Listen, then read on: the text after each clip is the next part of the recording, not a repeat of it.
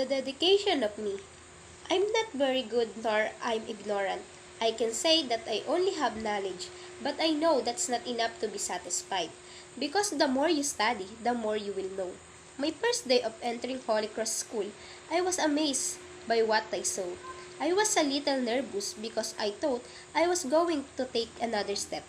I stepped and maybe two steps before I sat in my seat. I was ready to study, but still nervous, of course, the first day back to school. Different subjects are reserved in my record to be studied. But there is one subject that is near my heart and mind. This is the subject REL-GEE. Although it is different from my hearing, I seem to think of this word when I was reading because it was shortened to mean religious experiences and spirituality. I thought and remembered what I studied in high school. And I know where I'm going with this subject, and this has happened several times to introduce our subject. And I have no idea who will be the instructor in my study. 2 minutes before 1 o'clock in the afternoon, and the instructor of this subject has arrived. His face is just, it's nerve-wracking to look at. His posture and voice make my muscle tremble. But he is a teacher who is good at teaching. The first time I met him, I noticed his strength in speaking and explaining. And we introduced ourselves in front of him. When I was about to stand up to introduce myself, I was a bit nervous also. This teacher's face was serious. After speaking, I sat down. My teacher started to explain the subject and announced the rules policy. If I'm not mistaken, these are three aspects that I know I have this. These are respect, diligence, honesty. By the way, these rules are connected on religion. On the first day, I met our teacher in this subject. Religion immediately stuck in my mind. Expanded what the meaning of religion is. Religion means that you should not only say that there is something you believe in, but you should also know where it comes from and who is involved in what you believe in. And the religion is just a matter of being faithful to those religion. I am a Christian who always go to church every week.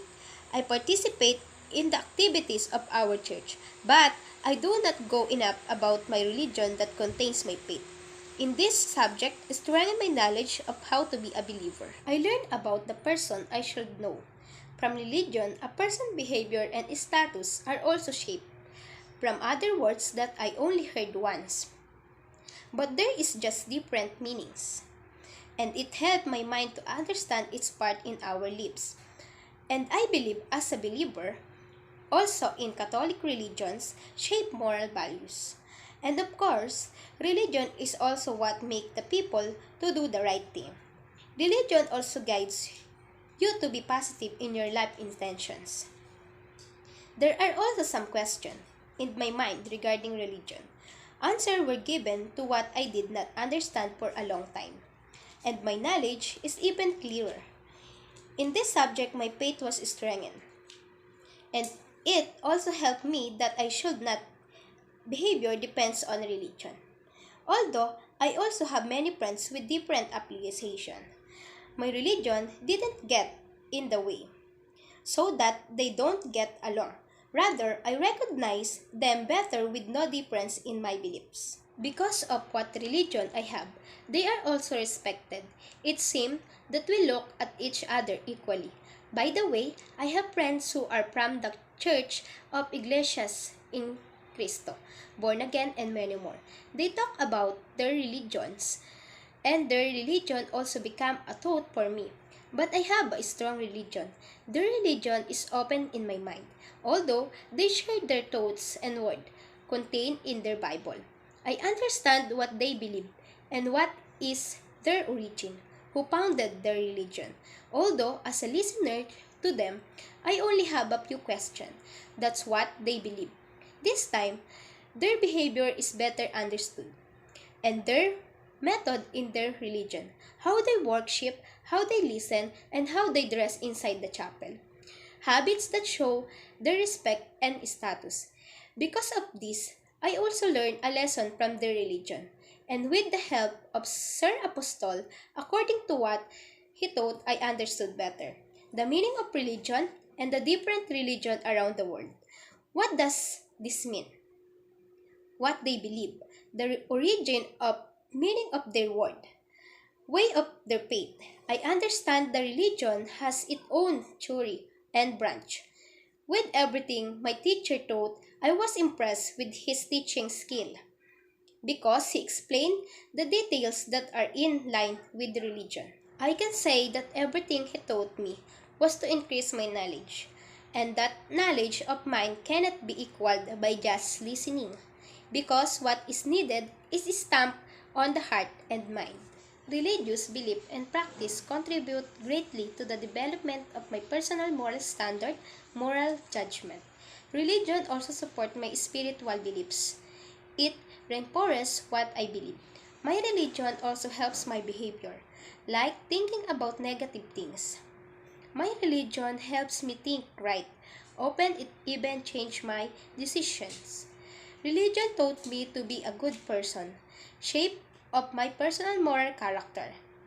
Because the regular practice of religion generally drives individuals against many social problems including drugs abuse, out of wedlock births, crime, suicide, and divorce. I believe that religion is the way to avoid these evil practices. This is because it gives people some kind of hope and something to look forward to.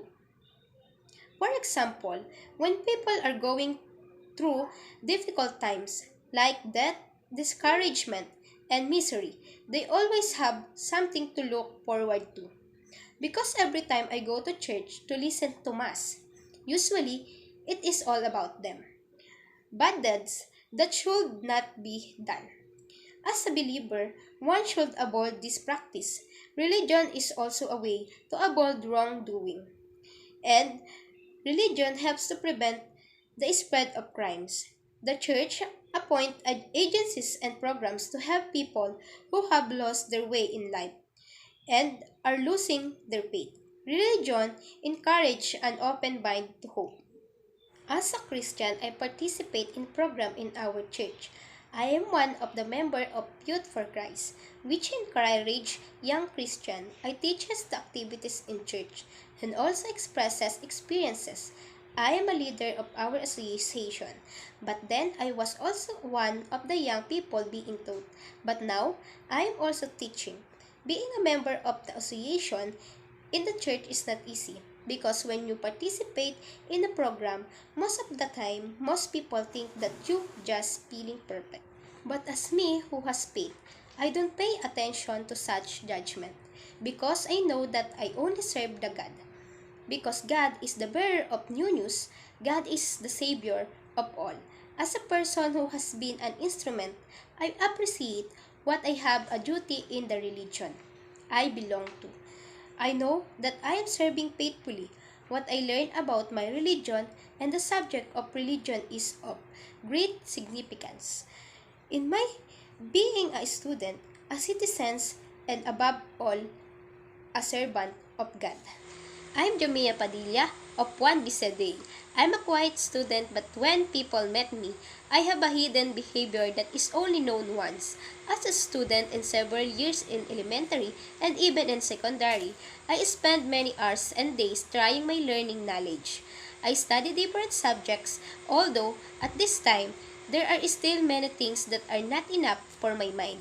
In other words, I still have many things that I want to study and learn. As I am, I can say that I know myself in the things that I have faced and still face today. I am the person who respects the people I met. I know how to share what I have. I help as much as I can. I'm also a loving and understanding person in everything. I know where I place myself because I believe me, a patient person is elevated and a proud person is lowered. A praise is often here that I also apply to myself. Maybe this praise also helped me to respect the people I interact with because in elementary school, I am known throughout the school as patient, hardworking, respectful, and knowledgeable in studies. I remember those times. I remember what I continued to my school when I was in elementary school and even in high school. That's why I can forget my teachers back then who taught me to better shape myself. And of course, I didn't get this character either because of my parents and even my family. And being a daughter at home, I fulfill my duty and do the things my parents want for me. All their advice and dreams are printed in my mind. And as a sister, I play what I should show in their behavior. Because I'm the type of person who sometimes want to be alone and sometimes want to be with someone. Often in my behavior, I think about making decision. I don't just make decision that I know will harm me. I know if what's better. I don't immediately agree with what others say when they haven't proven to me what they say or reveal. I'm also the person who believes that you should stand up for yourself. Don't follow the opinion of others. I'm the person who is treated with good behavior. I will be treated the same way. And when I am treated with bad behavior, the person should expect me to expect only limitedly. It's not because I'm rude. I just have respect for myself. I don't not consent to abuse myself. And my hobbies are drawing. I love arts, traveling, and sport. My sport is taekwondo. In this sport, I learn a lot. Be a compete in the good way. I'm smart and disciplined. So what attitude I have, who and what I am, what character I want, and be the passion and the experiences that I have overcome, my family is happy. I thank God for all this.